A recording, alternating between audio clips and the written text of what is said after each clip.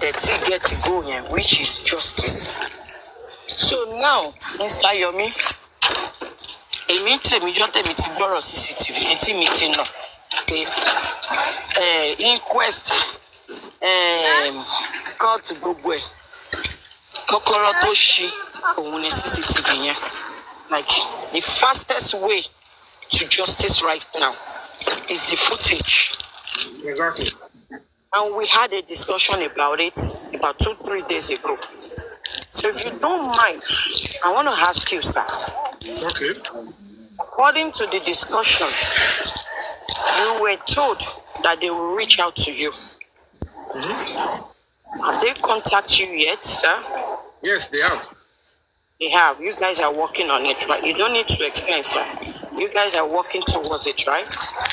I'm expecting them, yeah. I'm expecting their call. Sir? I'm expecting their call. You're expecting their call? Oh, to go to the place, right? Where they have reached out to you. When they land at that location. The final call at the location. Okay, that sounds good. And that sounds like a great relief to me. And I am hoping by Friday you should have gotten that call and they should have extracted whatever they want to extract.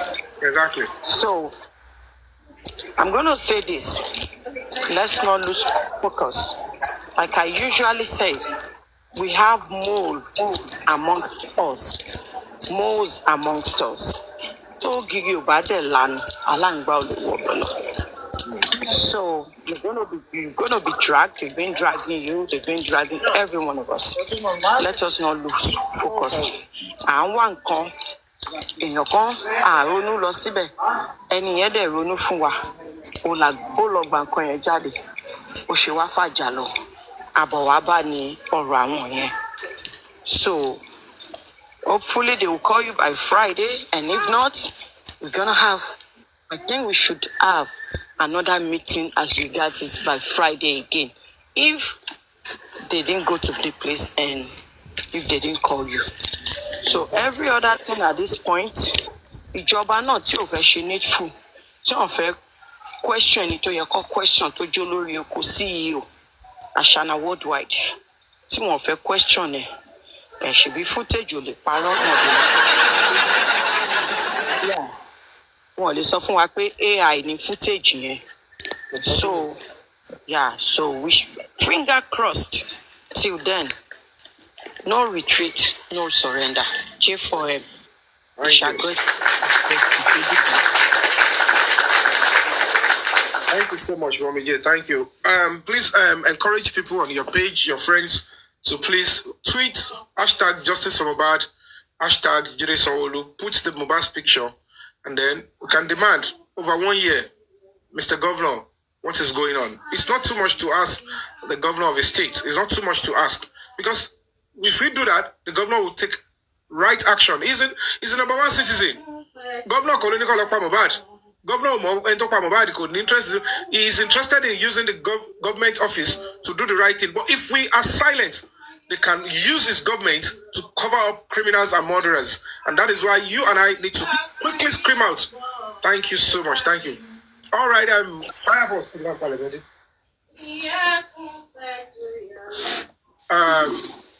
Firehouse, are you there? Good. Yeah, I'm here. Kason, Mr. Yomi, good afternoon. Good afternoon. I just want to say one or two things, and more for your career as anything, but more for you to pay attention. See how Sherry, there was some things happened. I think that was sometimes last week. I don't want you to give some people that don't deserve your attention. I don't want you to be giving them attention. There was a platform that you were on last week, and there were some guys that asked you 1 or 2 questions. Especially, there was a guy that actually asked you a stupid, very, very stupid question, I would say. I was saying things like, and I still don't want you to even talk about it. Anyway, because the person that anchored that program. Why are you not bringing it up? You don't want me to talk about Why it. am I? You don't want me to talk about it. I don't even want you to even answer the question because the person that anchored the show, the person even told you that you shouldn't answer the question. The idiot asked you that they heard that you were in the UK, that you were trying to seek for asylum or this and that. And I know one time like my dad, look, I was not like, wait, this is not what we are here for on this show. And you are still there trying to, don't you know that these people, what they are trying to do now is they want to cause a distraction. You are focused on. See, different, and there's no how. Nígbà tẹ́lẹ̀ bá béèrè nǹkan, kò sí bá ṣe máa sọ pé tó fẹ́ sáré máa dẹ́lẹ̀ nù. Ó máa mú máa dín kúrò ní orí ìkọ́tẹ́ tó ń ṣe tó máa kó jẹ́ kí Túndé náà nù, jẹ́ kí Túndé náà lò. You know that kind of a thing. And this thing, nǹkan tó jẹ́ kó really piss our off gidi ni mo ní parọ́ fún yín. Because someone that is not useful to themselves, talk less of useful to their own family members or to anybody around them. Share understand? How would you? Okay. Nígbà tí Ọlọ́run fẹ́ lo Moses, Ọlọ́run pé Moses ń ká lólo, ó mọ̀ kó lágídí. These people, these terrible criminals, these God-forsaken people, they know that I am not a perfect human being. And they will only be looking for what is his weakness. Let us expatiate and let us work on that and spread that on social media. They know that they have their likes. They don't have a mind of their own. They will jump on that. So accelerate. So bá jẹ́ pé ẹni tó quiet ní mi lè máa ṣe irú justice ẹni tó quiet lè máa jà fún justice kó máa ṣe báyìí. So Ọlọ́run rí oníkálukú kó tó gbéṣẹ́ lé oníkálukú lọ́wọ́. Ṣùgbọ́n Ọlọ́run yẹ ká pàdé àwọn ẹni ègbé ẹni ègún. Ohun tí ó rà ló máa bèrè lọ́wọ́ ẹ̀. I get what I'm saying. And somebody like me, because the very first day Timothy joined the Justice for Mohbad in 2023, this September, when I was going to say, when I slammed my return ticket, I am returning to Nigeria to start a protest if they don't exhume the body and give Mohbad justice. When I was posting and canvassing, I was doing it because that is what I want to do. I don't look for what will favor me or what will make sense or what. No, but sometimes toba nature toba juicy yomi. Timba bo timba ni mi only down. Look on me, be nature me cherry. It might look like I have something to hide. Though I should be celebrity. Wow, but don't paro me don't sorry. But majority go try. Mo fe ma fun lesi pe. Ko se mo gba to ba ngbo le ma fun lesi. Taja ba dem ngbo eni to ba sumo be lo ba mo ko ngbo. Aja le ma gbo lo kan if you don't get close to the dog. That dog is barking. I don't know. But when you see an opportunity like that, where I'm a mistake, more reliable, join platform. Somebody if ambush me, if I show joking one activism for, not me what because I just want to go forward and deliver justice. I am saying. So and it's all me. I've been talking so don't know if my wish láti down ko your kokoro la me ti ba choose láti, but like you said, it's quite frustrating there man down low. I will be maintaining gradually, not to down. As pe ile na lo ba ṣẹlẹ̀ báyìí no other activism or struggle we will learn from this pattern kò lè ṣẹlẹ̀. I won't put myself in this kind of situation again. You understand? So I'll continue to fight for human rights, for justice, but not I want to be bamo. I won't go to war with them. I want to máa gún mi látẹ̀yìn ló pọ̀ jù nínú tó ṣe fún mi yẹn mo yẹ kí n ti gba kíní mo fẹ́ gbà ẹ̀dẹ̀ ń gún mi lẹ́yìn débi pé ọ̀jẹ̀ débẹ̀ kó wá lọ jẹ́ àwọn tí àìsọpá àjọ ń jà fún kan ló wá wà nídìí ọ̀fà yẹn àwọn tó ń pa Mohbad wọn lè lọ síbi tí CCTV wà ṣé bẹ́ẹ̀ náà lọ máa sáré lọ bẹ̀ ni ṣé bẹ́ẹ̀ náà lọ ṣe lágbára tó ni ṣé gọ́ọ̀mẹ̀ntì àwọn fi ṣẹ́ wọn lẹ̀ àwọn lọ síbi tí CCTV wà á ní kọ́ máa múlẹ̀ fún wọn gbogbo rọ́bìṣì tó kàn fi tọ̀ wọn yẹn oye àwa náà ṣe ohun tó yẹ ká ṣe torí wọ́n kàn create division wọ́n ṣe ń sa ogun lọ́n ń lo àwọn èèyàn wọ́n máa parọ́ mẹ́lẹ̀ wọ́n á mú tíọ́rì yẹn fúnra wọn tó bá ti pera wọn lẹ́yìn wọ́n á máa òwò yẹn lẹ́ẹ̀kọ́ lè ní o òwò yẹn owó wá ní o owó wèrè wo tẹ́rù owó tọ́rọ̀ pé lóyìn deserve nìyẹn. I am saying but ọlọ́mọ yẹn kárí kọ́lọ́mọ fàjíjà tí mo wá síbi tó nira we have learnt our lessons and have made it a point to them that whatever they have done or whatever they will still do, I'm not backing off. Honestly, so thank you so much, my brother. I appreciate you. Thank you.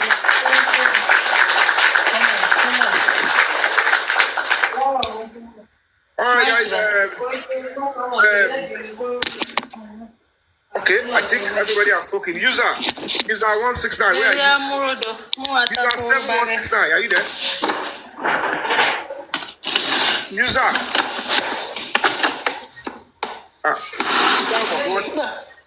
User.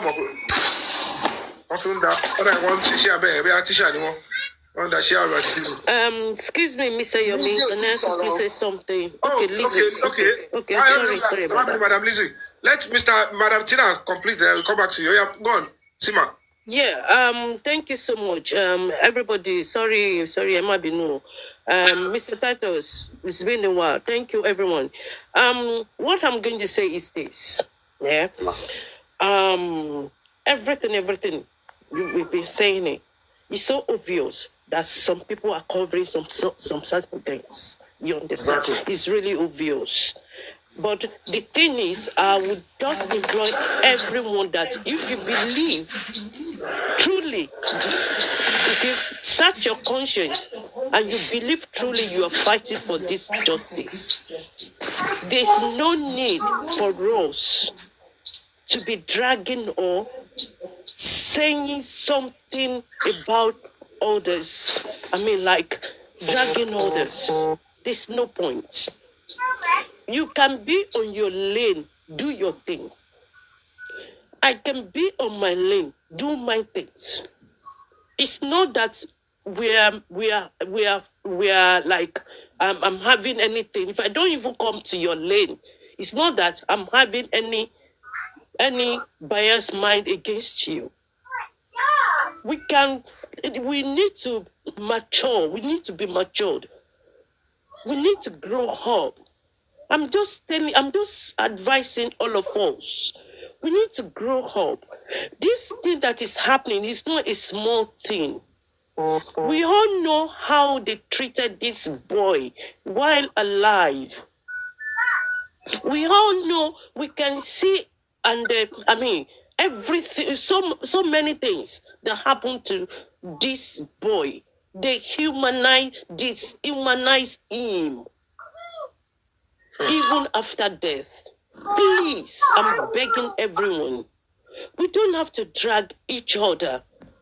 Let's do this thing. Let's just come together. Without I'm not saying we should come together and do this and that. I'm not like talking to those people that are not fighting for justice. I mean, some people you search your conscience and you know truly you're fighting for justice.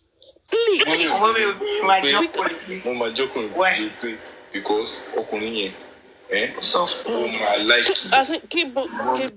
so please, oh my God, all these things that is happening, the only way we can get justice is just to for us to be steadfast. Because we know what is happening, except if we just want to be deceiving ourselves. Like what Mr. Yomi said, it's not someone that killed Mohbad. But if we masses that we know we are fighting for justice, if we don't stop, we will get this justice. Very simple, Madam Tima. Yeah. Timatina, to my Nibe CCTV camera and all lossy courts, even in Corona inquest. One it alone and bam, one case in lossy police station. One it come and bam, one change it, if you come and bam, and bam. Talafe charge. Evidence that to be bam da. And what the evidence CCTV to so at least Koshe Tagban Baloti and Bamu Mohbad. Exactly. What the bam sabe staircase here. Camera wa tori gbogbo e. Exactly. Ẹni tó embamu, ẹni tó ti kọ statement, tó ti parọ́ pé nǹkan ló embamu. Ṣebí CCTV àfihàn. Now, on one distract the CCTV. Àtẹni tó máa ṣe, àwọn èèyàn dẹ̀ tún rò pé that is the right way. They are waiting for. I'm not saying forensic is not okay. But why are we later will yà wọ́n yàn so quickly pé this is not just dragging. This is pure evil and criminality. That is why let's say I won't concede. One more yaton pe and that will fuyo. On deliver on tefe. In fact, if it on launch, àtàwọn tẹ́ ń fún lówó tí wọ́n ṣe kọ́kọ́. How can people not decipher and say yàtọ̀ lélẹ̀ ẹ dẹ̀ wá ń pa yẹn kò make any sense ẹ jẹ́ ká máa wò ó ṣọlọ́pàá náà ló ṣe gbò yẹn ṣé ìjọba náà ló ṣe yẹn. So whether they are dragging or they are not dragging mi ò tẹ́ ṣe problem tèmi mọ́. tèmi ní pé Mommy J, sorry please. Someone that is saying that we should engage Naira Marley's dad. Honestly, we don't need to engage Naira Marley's dad. Naira Marley's dad said his son, and very clear. And Mr. Yomi handled the discussion very, very well and made it clear the point. So we don't have to engage Naira Marley's dad, please. So let's just leave that.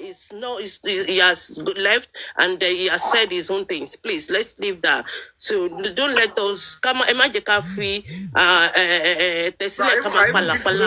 kudos to the dad because exactly. Even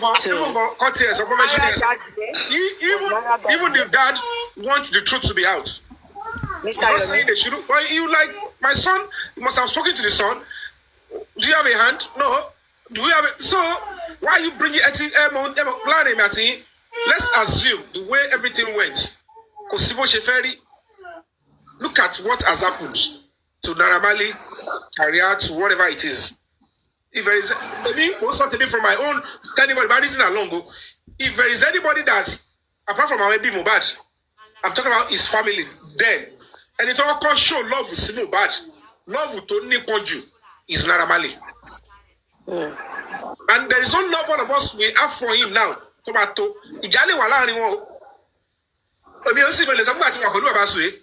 There was no conflict. There was fight. There was misunderstanding. But the love between both of us is immeasurable. Do you understand? Love to Allah and Emiati, Alaji Inka Quadri, Alaji Tawazano Gogo, who you have to send any other person in the industry. Because I want to sue me in Can't you understand? So, whatever the case may be, it will get to a stage that I want his name to be cleared. He himself needs to do something reasonable to clear his name. Most often, prime boy, when something is coming, Kosibo Sheferi, if you want to get a lawyer going to coroner inquest, that's client me you must have an evidence. The evidence that your lawyer, normally every law chamber will have investigator. Okay, because the camera to substantiate anything, it could do town hall, not show. Nobody recorded anything. But there's no way they will not record anything. But talk about it, worry. Chebi, inu estate Mohbad, moto babe wole okonja. You yourself and your lawyer were supposed to go there and say, "Emi mo pe moto yen goko se to fi kuro be." Mo mo pe emi ati Mohbad o jade bi ko gba glass lese to ba je pe o wa sure. There is no way they would have fixed the car on the road, Oruni. So that means the jeep must have arrived in that estate. Check it me. And that way, your lawyer should go and lift evidence. Osha ti bere corona inquest for a very long time. But amani do wo CCTV here. Eja ka lo bere quietly ka bere Anthony ka bere ka le get the order o ka so ọlọ́pàá ko ba lo wo kon lift here fún wa kon shoot ka ko the video jeep yẹn bó ṣe wọnú estate àti ní yẹn lọ́wọ́ tó bá sọ pé ọ̀nà gba lẹ́sẹ̀ lọ́wọ́ ẹ̀ fi gé kó bá client òun jà òun rè olúwa mi jeep yẹn rè nígbà tó wọlé ní time yẹn wo time tó wọlé sínú estate olúwa mi ṣe rí pé jeep fọ́ ṣe rà pa bẹ́ẹ̀ ọ̀dẹ̀ parọ́ pé ibẹ̀ ni wọ́n máa ti yọ bọ́ kò lè fẹ́ lọ́ máa rojọ́ ní corona inquest máa rojọ́ títí dé wọ́n máa sọ pé corona inquest ò forí sọ mi kọ́kọ́ because you cannot go to corona inquest without evidence. And the major evidence at the coroner inquest is the toxicology and DNA.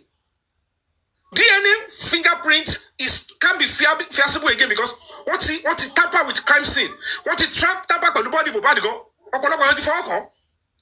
So now the only thing that is left is what is talk by me and go to one nobody. She only shocking. Reason shocking. She go one no eje kilo fa so lose eje goni. Taba ko gba ti Mohbad ma fi ku eje to wa lare ojú agolo oda kan báwo ni wọ́n ṣe máa lágolo oda dájúdájú ó ti pọ̀ ẹ̀jẹ̀ púpọ̀ nìyẹn tọ́lẹ̀ ní pé kò síbi tí ẹ̀jẹ̀ ti lè gbàjáde lára ẹ̀ ju ẹnu etí lọ. Then that means this guy must have lost a lot of blood in that house. Then that will be established. But who did it? Kilo for fi po ẹ̀jẹ̀. We will need somebody to confess, or we need something physical to say ẹ̀yàn báyìí ló ṣe. So the advantage of the CCTV is to substantiate without anybody saying nothing. Lawyer ọmọ sọ fún wọn straight ní pé obi orí nǹkan tí ìjọba kó lẹ̀.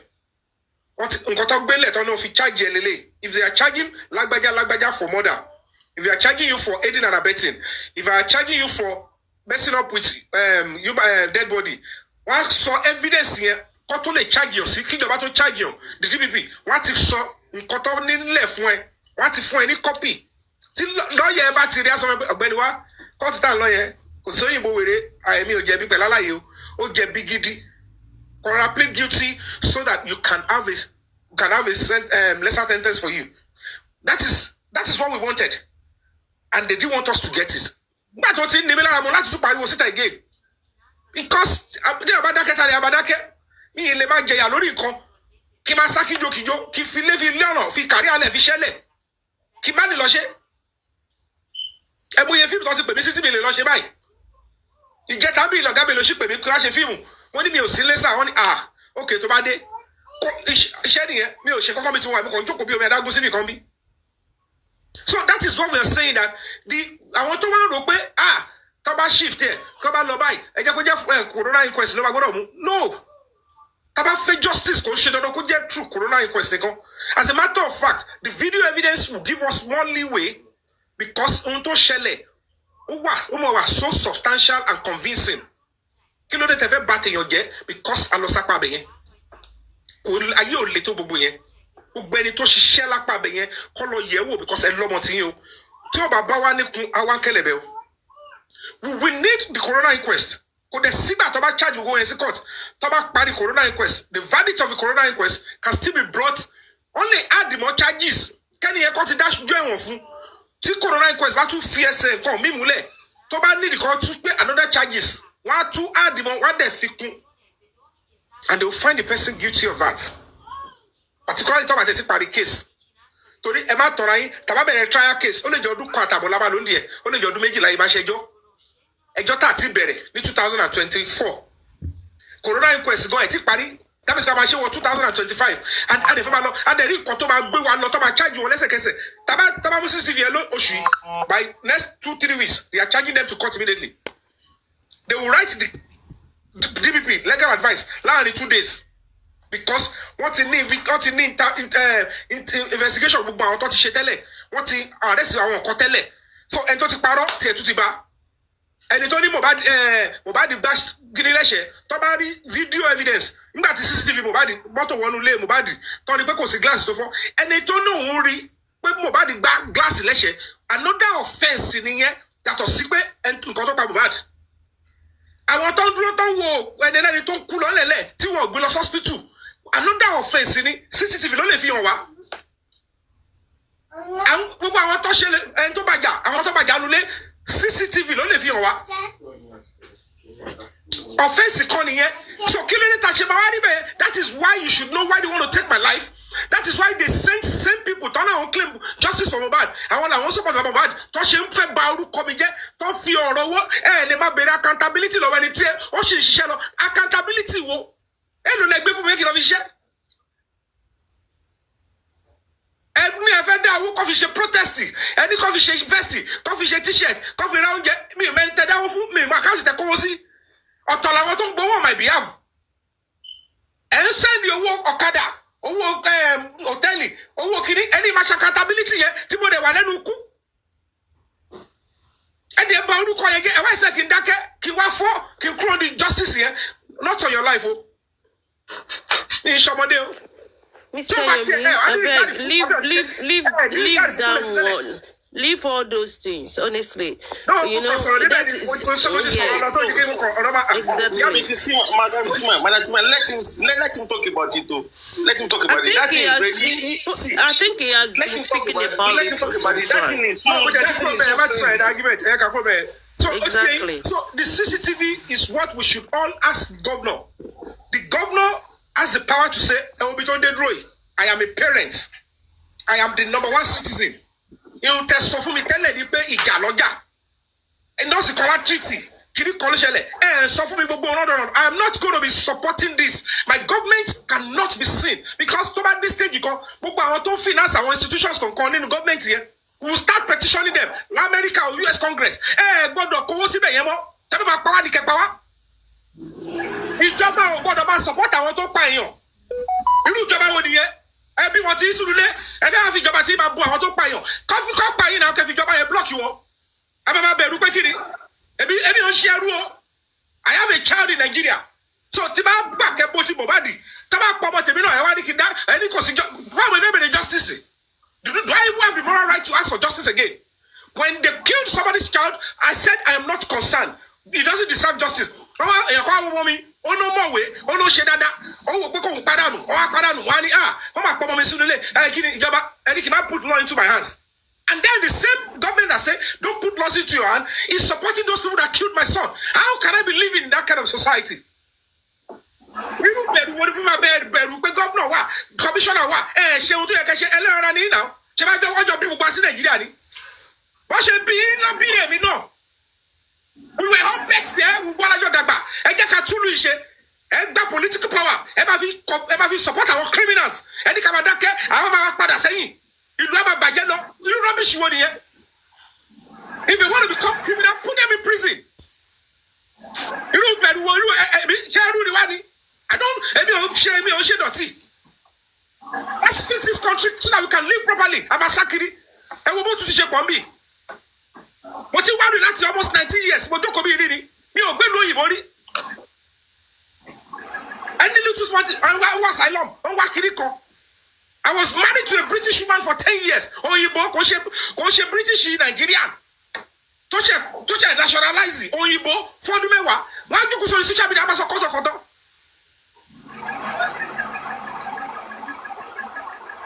Anybody come and say, what she submitted, what feel life of me, what she submitted, it's not nonsense. Let's fix this country. Be bold enough to ask, speak truth to authority. One side west, one side not there, and you're not there, shot there. It is your right to demand from your governor, from who you elect. Use what we elect you for to do the right thing.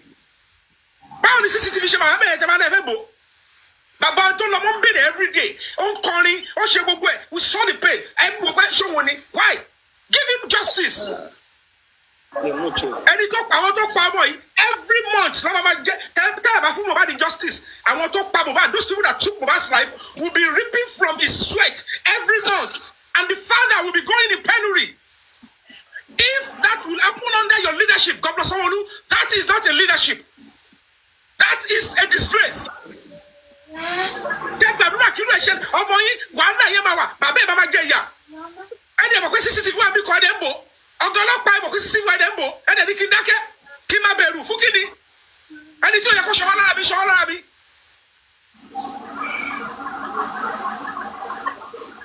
Every other people felt they went on their own business. Oh, only go. I said I want to give back to the society. Is that too big for me to do? Is that too small for me to do? I choose this pattern. I choose this way. Because somebody must do it. If I choose not to do anything, why did I have a child? It means that the old nonsense I'm going through, I want to give to my child as an inheritance. Then I am a cause. What if they go any? Why would I want this same thing? Kosi justice, kosi koko, kebi,